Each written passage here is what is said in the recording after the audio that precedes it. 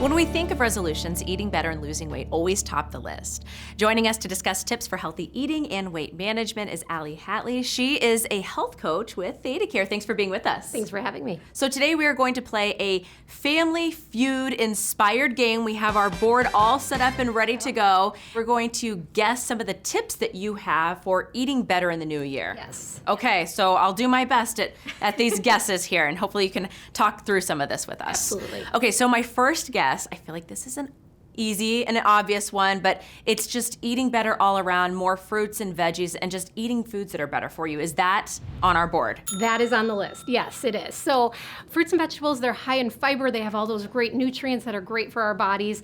Plus they're lower in calories, so it really helps with weight loss if that's what your New Year's resolution is. A couple tips that you can do to kind of add more fruits and vegetables into your diet. First of all, you have to buy it. It's got to be on the grocery list, but it's not enough to just buy it. Now you have to be really intentional about it and make a plan. That might be adding more fruit to oatmeal or cereal, or maybe you're adding onions, peppers, spinach to eggs, or just simply having an orange or an apple with your breakfast in the morning.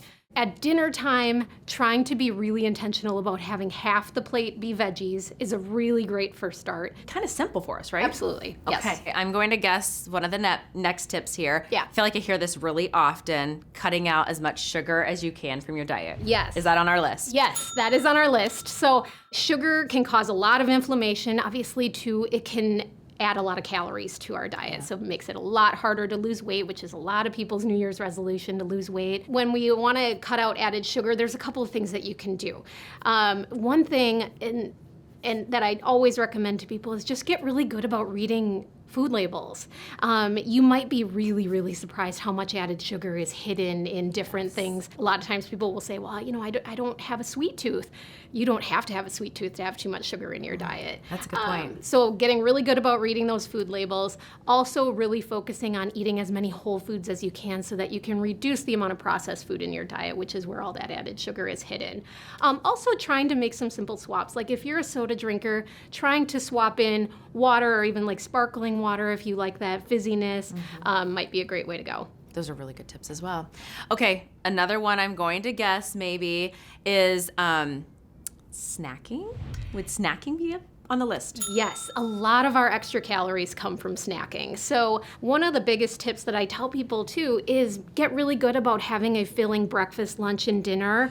It's a long time between noon and say 6 when you eat dinner too. So if you are going that entire time without eating, then yeah, when you get home from work, you're gonna be really, really hungry, and then you're gonna end up over snacking and then having dinner on top of that.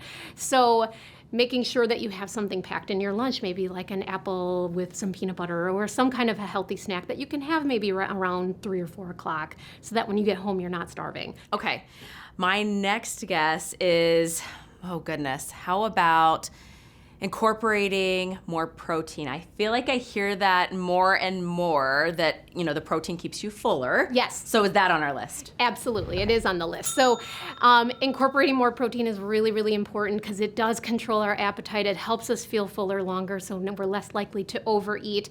If you can, try to get more protein from plant sources as much as you can. And if you are going to get protein from animal sources, trying to find those leaner options like, you know, chicken or turkey, low-fat dairy, things like that. Okay, one of my last guesses is going to be more whole grains. I feel like I hear that one a lot. Yes. Okay, so that is on our list. That is on our list. So adding more fiber to our diet is so important. You want to typically get about 25 to 35 grams of fiber in a day. Most of us don't get nearly that amount. So it's really important to focus on fiber. It helps us control our appetite, feel fuller longer so that we're not eating quite as much, but also they're very nutrient dense and they have that fewer calories. So you can have the same volume of food, but for far less calories, which is obviously going to help with weight loss. But then on top of it, it also is going to help with digestion. It helps with lowering cholesterol, lowering your blood pressure, inflammation, and then also helping control your blood sugar if you are a diabetic or if you're trying to prevent diabetes. Awesome. Thank you so much, Allie, for being with us.